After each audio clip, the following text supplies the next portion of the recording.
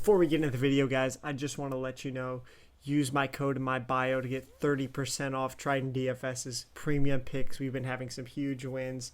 We're going to get even more with the NFL Week 7 coming up, and we got NBA, NHL all starting up this month. This is great time to get in while you can.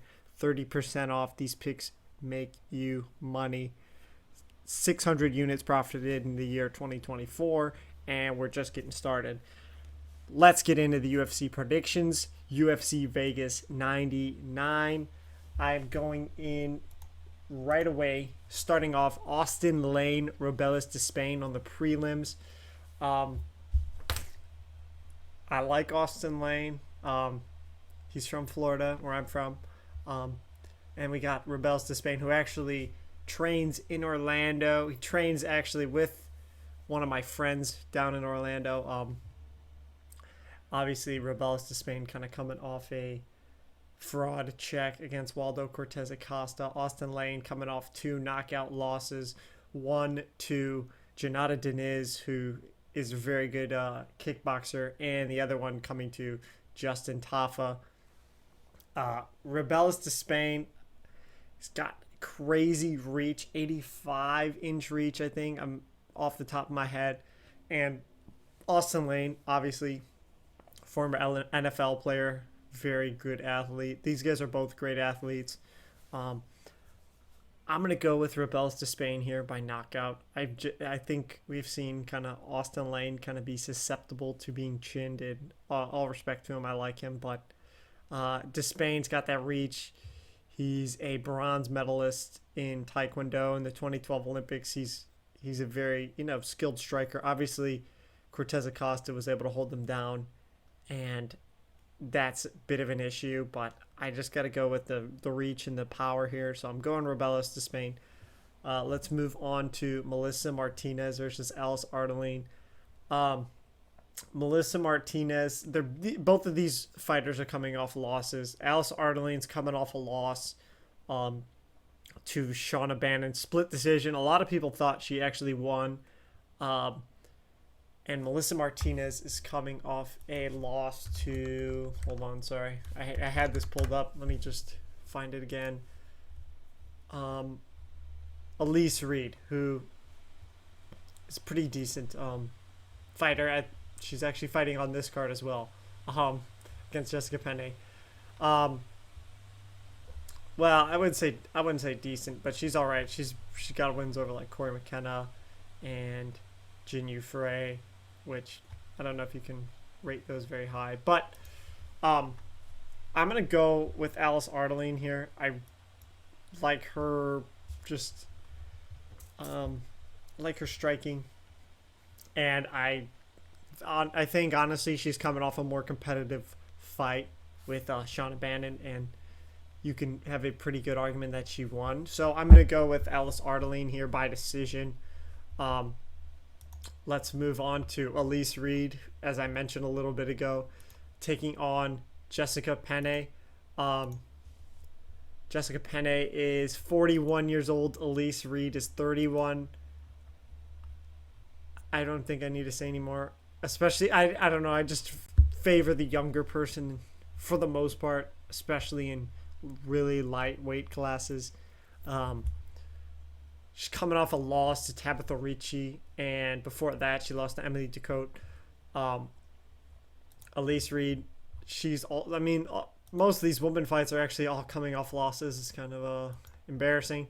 But, yeah, Elise Reed coming off a loss to Lupi Godinez. But I like Lupi. I think she's a pretty skilled fighter.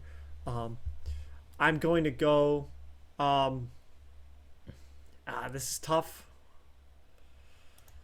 It's a pretty tough one, but I think I have to go with Elise Reed just keeping this fight standing and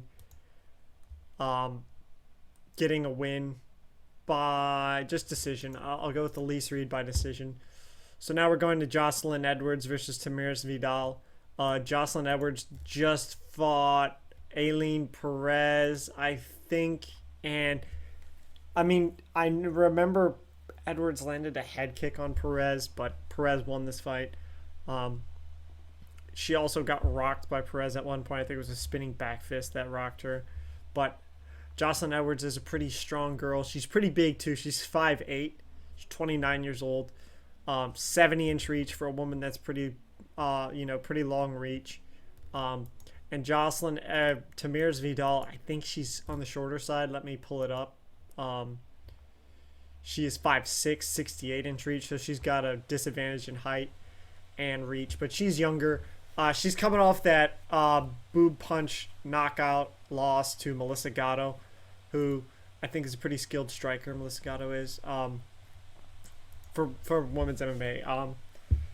So I'm favoring the more physical woman here. I'm going with Jocelyn Edwards because she's just a much stronger person. She was able to wrestle with Eileen Perez on the ground for a while.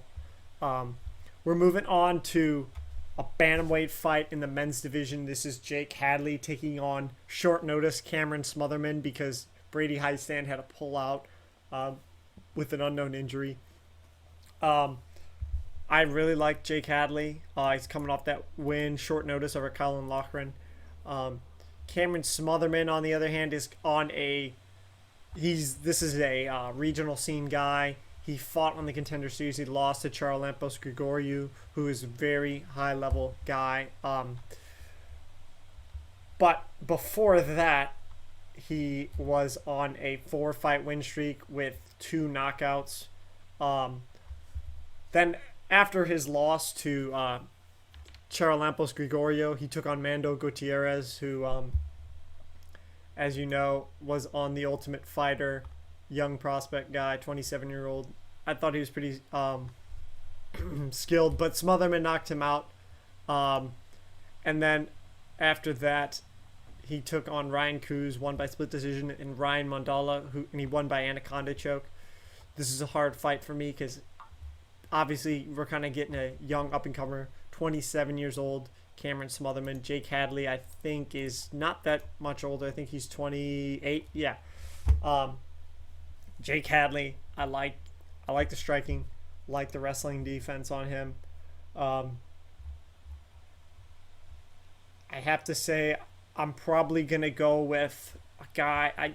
I just look at his last 3 fights, Colin Loughran, Charles Johnson, Cody Durden. I like all 3 of those guys, and he's coming off a win here, short notice win, big win for him. So I'm going with the guy with the more UFC experience, although I think if Smotherman makes a good showing of himself, he'll stay in the UFC. But I'm going to go with Jake Hadley here, just by decision. I don't think he's going to be able to finish Smotherman. Although he has been knocked out twice in the first round.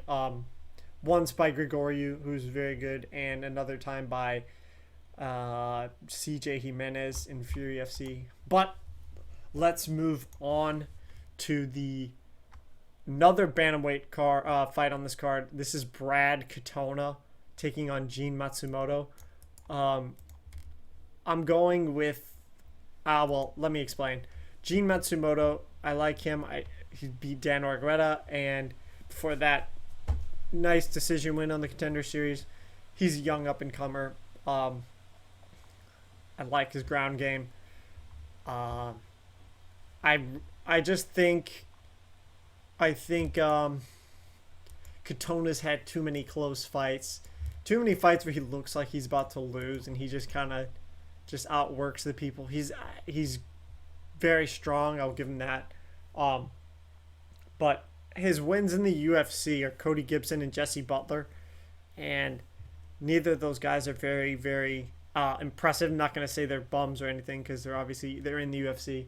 Got to work to get there for sure. But he's lost to Hunter Azure, who was also in that UFC season, and he lost to Mirab. No shame in losing to a champion, but I'm just not really favoring this matchup for Katona. I think he kind of has problems with those kind of grappling style guys. Obviously, Gene Matsumoto can strike as well, but yeah, I'm going with Matsumoto here. Just another decision, I think. Let's move on up to the main card now. Matthias Nicolau taking on Esu Almabayev. Matheus Nicolau coming off a knockout loss, two knockout losses actually. One to Alex Perez in the second round, which was a main event of a fight night card, and then another one last year on that Max Holloway card in Kansas City, where he got kneed in the face and then knocked out by Brandon Royval. But before that, he was on a 6-fight win streak, I think. 6 fights, yeah, I just counted. In the UFC, with wins over Manel Cap, split decision, win over Tim Elliott, Dvorak, and Matt Schnell. Here's the thing. I mean, after I saw Perez chin Nicolau, I don't really know. Really don't know how his chin holds up, especially at this low of a weight class. Because it did not look good. Alex Perez is not like a crazy knockout guy, that has insane power. It seemed more to me that just Nicolau doesn't have that much of a chin. So, that being said, Asu Almabayev, I watched his last fight against, actually not last fight, but 2 fights ago against CJ Vergara. And then the fight against Ode Osborne. I really like this guy. He kind of seems to have good power to me. Not Pereira power, but I think he's got a little pop in his punches. His his wrestling is very good. So I'm going with Asu Almabayev, and I think, it's kind of hard. I want to go with the submission here. I don't know. Submission round 2 is what I'm looking at. But it could very easily be a decision. I'll go submission here. So we're going to go Asu Almabayev by submission round 2. Moving on up, we have Darren the Damage Elkins taking on Daniel Pineda. These guys are both really old. Daniel Pineda is 39, and Elkins, I think, is 41. I mean, he's been in the UFC for forever. He's 40. So this is pretty tough. I think I'm just, I don't know. I gotta go with I think I'm gonna go with the younger guy here, and I'm gonna go with Daniel Pineda. Coming off a loss to Nathaniel Wood, who I like Nathaniel Wood, and coming off another loss to Alex Caceres, but those are not bad names to lose to, especially when you are 39. Although we did see Nathaniel Wood hurt him pretty bad at the body. He showed a lot of toughness even at 39. Didn't get knocked out in that fight. And he also kind of clipped Nathaniel Wood. And I know Darren Elkins, he can take a lot of punishment, and he's got a pretty good, just toughness level as well. But I think I just prefer a younger guy here. Like I said, this is a lightweight class. This is 145. So I'm going to go with Pineda to win just by decision. I don't know if we'll see a finish out of both these guys. They're both very tough fighters. I know I'm picking a lot of decisions here, but this is an Apex Fight Night. So there's that. I am kind of leaning towards the finish here. Charles Johnson taking on Sumaderji. Obviously, Charles Johnson coming off a huge win, and he's on a 3-fight win streak now. Coming off that huge win over Joshua Van, where he knocked him out in the 3rd round. Pretty awesome knockout with the uppercut. Meanwhile, we have Sumaderji. I'm pretty sure he's on like a 3-fight losing streak, 2-fight losing streak. Obviously, he had that war against Matt Schnell where he rocked him, and then he got put to sleep by the triangle choke. And then his next fight against Tim Elliott, he got choked out by an arm triangle again in the 1st round.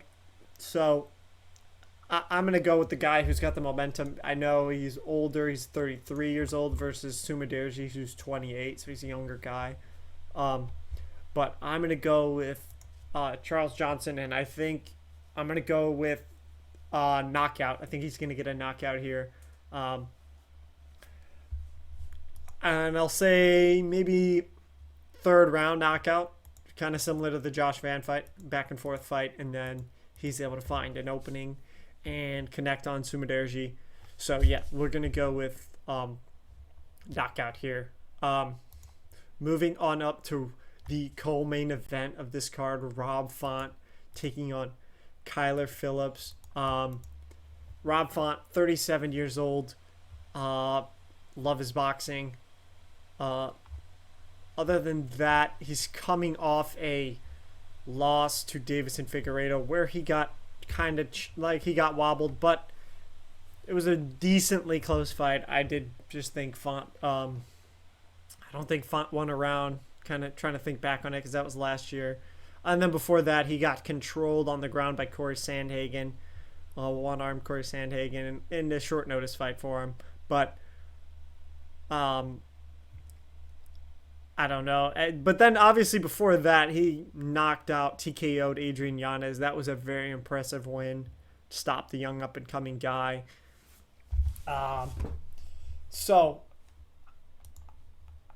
There is precedent that Rob Font may be able to stop a guy like Kyler Phillips. I mean, Kyler Phillips, obviously, he styled on Pedro Munoz, looked super fast, and was just outstriking him. Didn't have that much problems with Pedro Munoz's calf kicks, which are one of his main weapons. And Kyler Phillips has a win over Song Yadong earlier on in his career, about 3 years ago. I'm going to just go with the younger guy here. I don't think Font will be able to beat Shin, but who knows? But I think we've seen less knockouts from Kyler Phillips as he's kind of gotten to this higher level where he's not able to just, have his way with these people. He is very fast. I love his kicks. But I think I'm just going to go with Kyler Phillips by decision here. Like the youth. He's obviously, I think he's 29, so not that much younger, but, still in his 20s. Going with Kyler Phillips here, and I'll go by decision. Let's move on to the main event of this card. Anthony Fluffy Hernandez taking on Michel Pereira. Obviously, Anthony Hernandez, great grappling skill. Michel Pereira, he can wrestle too. He does jiu-jitsu. But the striking of Pereira is on another level compared to Hernandez. We saw Hernandez kind of get hurt by Roman Kopylov, even though he was able to submit Kopylov. And then before that, he got hurt by Kevin Holland to the body, and then I think he got hurt by I think it was Junyun Park, or one other person was able to hurt him to the body. But then we're looking at Michel Pereira's last 3 fights. Andrzej Petrosky, body shots. Mikhail Alexeychuk, he hit that freaking body shot kick, and then he went into a submission and was able to submit Alexeychuk, and I really think Alexeychuk is a very underrated fighter. Borderline ranked guy in that weight class in middleweight. And then Iho Portieria, obviously he put him away extremely quickly with a huge punch and then able to find the submission.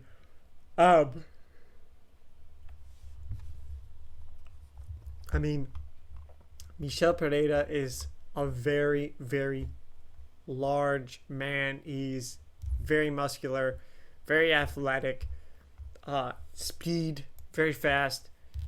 So I'm going to go with Michel Pereira to win this fight. And I know I've been kind of picking conservatively, going with decisions, because I don't see a lot of finishes in these fights besides a couple of them. But for this fight, I feel like Pereira is going to win by knockout in round 1 or 2. I think he's just such an explosive guy, such a finisher. So is Hernandez on the ground, and I think he's a good grappler, great grappler, for middleweight especially. But I just favor the explosiveness. I favor the strength and all of the all the crazy shit that Pereira does. is just going to benefit him more, I think, in this fight. Main event for him. So I really like Michel Pereira here. Going with round 2 knockout. That is it, though, guys. If you like this video, please drop a like, drop a comment as well. Hit that bell, subscribe. Thank you guys for watching. I'll see you all in the next video. Peace out.